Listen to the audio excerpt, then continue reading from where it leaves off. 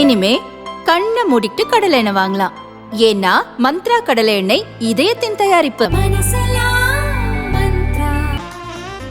Media உங்கள் கனவா? படிக்கும் அனைவருக்கும் internship, placement assistance. Pandey school of journalism short term கோர்ஸில் உடனே சேர 7338824242.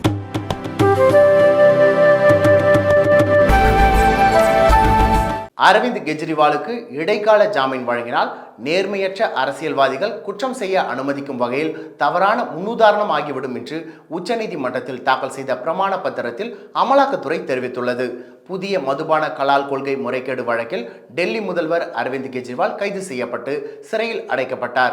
இவர் மக்களவைத் தேர்தலில் பிரச்சாரம் செய்வதற்காக இடைக்கால ஜாமீன் கோரி தொடர்ந்த வழக்கு வெள்ளிக்கிழமை உச்சநீதிமன்ற நீதிபதி சஞ்சீவ் கண்ணா அமர்வில் விசாரணைக்கு வர இருக்கிறது. இடைக்கால உத்தரவு பிறப்பிக்கப்பட உள்ளதாக நீதிபதிகள் கூறிய நிலையில் அமலாக்கத்துறை பிரமாண பத்திரத்தை உச்சநீதிமன்றத்தில் தாக்கல் செய்தது. அந்த பிரமாண பத்திரத்தில் தேர்தலுக்கு பிரச்சாரம் செய்வதற்கான அடிப்படை சட்ட உரிமையோ அல்லது அரசமைப்பு உரிமையோ அரவிந்த் கெஜ்ரிவாலுக்கு இல்லை. கெஜ்ரிவால் போட்டியிடும் வேட்பாளராக இல்லை என்றாலும் பிரச்சாரம் செய்வதற்காக எந்த அரசியல் தலைவருக்கும் இதுவரை இடைக்கால ஜாமீன் வழங்கப்பட்டதில்லை.